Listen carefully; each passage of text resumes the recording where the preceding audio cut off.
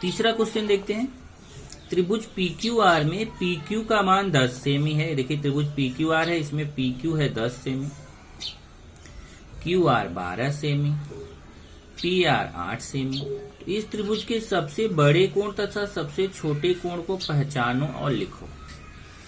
अब देखिए इस त्रिभुज की तीनों भुजाएं दी गई हैं और हमें पता करना है कि सबसे बड़ा कोण कौन होगा। और अब कोण की बात चले, भुजा PQ कितना है 10 सेमी, भुजा QR कितना है 12 सेमी, यहां मैं सेमी लिख देता हूं, 10 सेमी, 12 सेमी, 8 सेमी।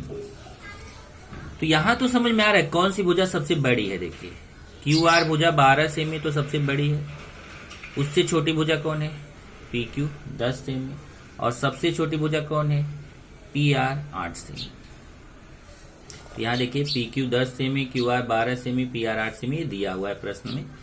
इसका मतलब समझ में आ गया कि सबसे बड़ा कौन है QR। ये देखिए QR, फिर बड़े का निशान, मतलब QR सबसे बड़ा है तो सबसे पहले QR लिख दिया, फिर बड़े का निशान, फिर उसके बाद कौन बड़ा है PQ, मतलब उससे छोटा कौन है PQ, तो उसके बाद PQ आ गया, फिर बड़े का निशान, फिर कौन उससे छोटा कौन है PR 8 सेमी है। तो सबसे बड़ा QR है तो सबसे पहले QR लिखा, बड़े का निशान, फिर उससे छोटा PQ है तो PQ लिखा, बड़े का निशान, फिर उससे छोटा PR है तो PR लिखा, बड़े का निशान। अब देखिए हमने क्या पढ़ा है, बड़ी भुजा के सम्मुख कोण बड़ा होता है।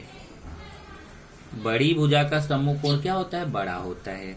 तब जैसे देखिए कौन सी बड़ी भुजा है, QR बड़ी भुजा है, तो इस QR के सामने का कोण कौन होगा P। अब कैसे पता चलेगा, उसका बहुत आसान तरीका है। जैसे आपको QR के सामने का कोण पता है तो आप पता करना है तो QR को दबा लीजिए। ये देखिए ये QR है ना, QR को ऐसे दबा लीजिए तो कौन सा अक्षर बच रहा है P।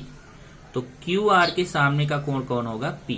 अब इसको 3 अक्षर से, चाहे इसको कोण P बोलिए चाहे इसको 3 अक्षर से बोलोगे तो कोण QPR, मतलब जहां पे कोण बन रहा है उसको बीच में बोलने का। देखिए कोण QPR। अब PQ भुजा के सामने का कोण देखते हैं। ये देखिए PQ भुजा है, इसके सामने का कोण, PQ को दबा लेते हैं। PQ भुजा है ना, देखिए PQ भुजा को हमने दबा लिया तो इसके सामने का कोण कौन है R। तो यहाँ पे देखिए PQ भुजा के सामने का कोण R। तो R कोण को हम 3 अक्षर से कैसे बोलेंगे, ऐसे बोल सकते हैं PRQ या फिर QRP। R को बीच में बोलना है तो देखिए यहाँ पे कोण PRQ। अब PR भुजा का सम्मुख कोण पता करेंगे। ये PR भुजा है, इसका सम्मुख कोण पता करने के लिए मैंने PR को ऐसे दबा दिया तो इसका सम्मुख कोण कौन है Q। भुजा PR का सम्मुख कोण कौन रहेगा Q। अब Q को 3 अक्षर से बोलना है तो हम बोल सकते हैं PQR या फिर RQP। देखिए यहाँ पे हो गया कोण PQR। क्यों, क्योंकि बड़ी भुजा के सामने का कोण सबसे बड़ा रहेगा। QR भुजा सबसे बड़ी है तो उसके सामने का कोण P सबसे बड़ा। फिर उसके बाद QP भुजा उससे छोटी है तो उसके सामने का कोण R उससे छोटा। और फिर PR भुजा सबसे छोटी है तो उसके सामने का कोण Q उससे छोटा। ओके, चौथा क्वेश्चन देखिए। चौथा क्वेश्चन है, त्रिभुज FAN में कोण F 80 अंश है, कोण A 40 अंश है, तो त्रिभुज की सबसे बड़ी तथा सबसे छोटी भुजा का नाम कारण सहित लिखो।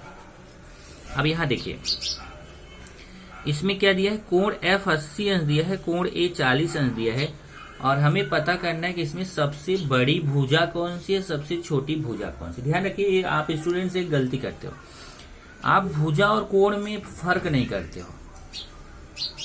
भुजा अलग होती है, कोण अलग होता है। जैसे त्रिभुज है, इसमें भुजा कौन है FA भुजा है, AN भुजा है, FN भुजा है।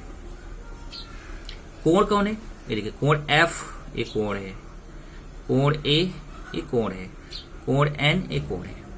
इसमें अगर देखें तो त्रिभुज में 2 कोण पता है, देखिए 2 कोण, तो हम तीसरा कोण निकाल सकते हैं क्योंकि हम जानते हैं त्रिभुज के तीनों कोणों का योगफल कितना होता है 180 अंश होता है। जब त्रिभुज के तीनों कोणों का योगफल 180 अंश होता है तो उसका प्रयोग करके हम कोण N का मान निकाल सकते हैं। इधर देखिए त्रिभुज FAN में कोण F प्लस कोण A प्लस कोण N, कोण F प्लस कोण A प्लस कोण N, तीनों कोण मिला के कितना होगा 180 अंश, क्योंकि त्रिभुज के कोणों के मापों का योगफल कितना होता है 180 अंश होता है।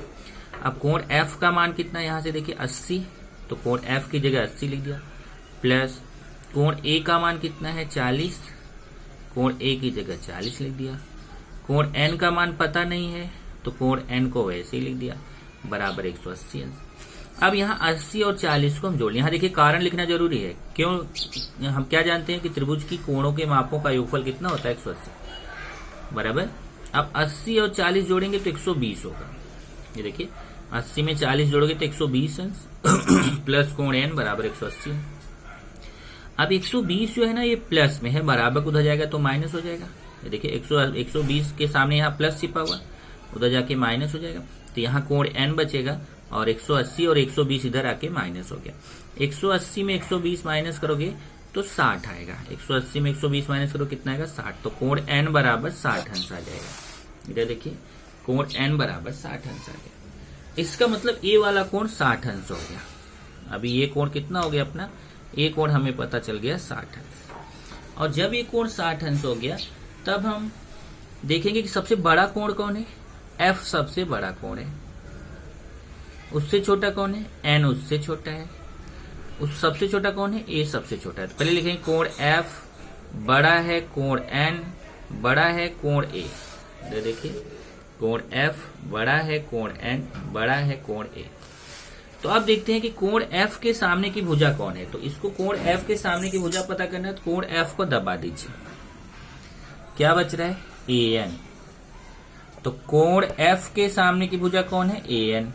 तो पहले ए एन लिखा जाएगा। देखिए उसके बाद तब दूसरा कोण कौन है? देखिए दूसरा कोण एन है, तो कोण एन को दबाऊंगा। देखिए कोण एन के सामने की भुजा कौन है? कोण एन को दबा दिया, तो कोण एन के सामने की भुजा कौन हो गई? ए एफ या एफ ए। ये देखिए एफ ए। इस भुजा को चाहे ए एफ बोलो चाहे एफ ए बोलो। अब तीसरा देखिए, तीसरा कौन है? कोण ए है। कोण ए के सामने की भुजा पता करना है। देखिए कोण ए के सामने की भुजा, तो कोण ए को दबा लिया।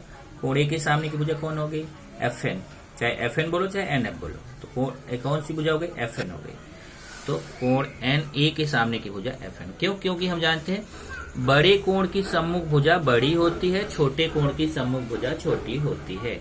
इसलिए कोण एफ के सामने की भुजा ए एन बड़ी होगी, कोण एन के सामने की भुजा एफ ए उससे छोटी होगी, कोण ए के सामने की भुजा एफ एन सबसे छोटी होगी। क्यों?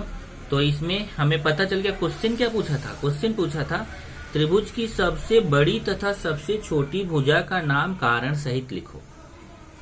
तो इसमें हमें सबसे छोटी भुजा और सबसे बड़ी भुजा हमें बताना था, वो भी कारण के साथ। तो हम क्या करते पता है? आप क्या करते हो जब क्वेश्चन आता है तो आप वो बोल देते हो कि सबसे बड़ी भुजा 80 अंश मतलब, और सबसे छोटी भुजा 40 अंश। अरे भुजा नहीं, ये कोण है, हमें भुजा बताना है। तो 80 अंश के सामने, 80 अंश सबसे बड़ा कोण है तो उसके सामने की भुजा ए एन सबसे बड़ी, और 40 अंश सबसे छोटा कोण है तो उसके सामने की भुजा एफ एन सबसे छोटी। तो यहाँ पे उत्तर में देखिए लिखा है त्रिभुज की सबसे बड़ी भुजा ए एन तथा सबसे छोटी भुजा एफ एन है। तो ये चीज का आप ध्यान रखेंगे कि मतलब जो भुजा सबसे बड़ी रहेगी, जो भुजा बड़ी भुजा है उसके सामने का कोण बड़ा और छोटी भुजा के सामने का कोण छोटा। जैसे देखिए यहाँ पे क्या था? यहाँ पे भुजा दिया गया था और हमें कोण में संबंध निकालना था। तो हमने ये पता किया कि पी क्यू भुजा सबसे बड़ी है तो उसके सामने का कोण आर सबसे बड़ा होगा। ये देखिए पी क्यू भुजा के सामने का कोण आर सबसे बड़ा होगा, और पी आर भुजा सबसे छोटी है तो देखिए पी आर भुजा सबसे छोटी है तो पी आर भुजा सबसे छोटी है तो उसके सामने का कोण क्यू सबसे छोटा होगा। अब जैसे यहाँ पे लिखा है, ये ऐसे लिखा है ना, आप चाहे तो ऐसे लिख सकते हो, ये आपको शायद आसान पड़ेगा। कोण पी बड़ा कोण आर बड़ा कोण क्यू, ऐसे लिख सकते हो। ये देखिए ये बड़े का निशान है और ये कोण का निशान है, ये कोण का निशान है, ये कोण का निशान। मतलब सबसे बड़ा कोण कौन है? पी, क्योंकि पी क्यू आर भुजा सबसे बड़ी है तो उसके सामने का कोण पी सबसे बड़ा है। उससे छोटी भुजा पी क्यू है तो पी क्यू के सामने का कोण आर उससे छोटा हो जाएगा। सबसे छोटी भुजा पी आर है तो उसके सामने का कोण क्यू उससे छोटा हो जाएगा। इसी तरीके से कोण के लिए देखिए, सबसे बड़ा कोण है एफ एफ कोण 80 अंश से सबसे बड़ा है तो इसके सामने की भुजा ए एन सबसे बड़ी रहेगी, तो सबसे पहले कौन आ जाएगा ए एन। फिर उससे छोटा है, ये देखिए 60 अंश कोण एन है उससे छोटा, जब कोण एन उससे छोटा तो कोण एन के सामने की भुजा एफ ए उससे जो है वो छोटी हो जाएगी। ये देखिए कोण एन के सामने की भुजा एफ ए उससे छोटी। और सबसे छोटा कोण है ए 40 अंश, तो ये जब सबसे छोटा है तो इसके सामने का कोण जो सॉरी ये जो कोण ए सबसे छोटा है तो इसके सामने की भुजा जो एफ एन होगी वो सबसे छोटी होगी। तो कोण ए के सामने की भुजा एफ एन सबसे छोटी। क्यों? क्योंकि हम जानते हैं बड़े कोण के सामने की भुजा बड़ी, छोटे कोण के सामने की भुजा छोटी। तो यहाँ पे आपने 3 चीजों का प्रयोग किया। पहला आपने क्या प्रयोग किया, एक तो हमने लंब समद्विभाजक प्रमेय का यूज किया, दूसरा हमने कोण समद्विभाजक प्रमेय का यूज किया, और तीसरा हमने यूज किया कि त्रिभुज भुजाओं तथा कोणों में असमानता का गुणधर्म। तो पहले तो मैंने ये जो लिखाया है ना, इसको आप अच्छे से याद कर लीजिएगा, तब आप अच्छे से क्वेश्चन कर पाएंगे।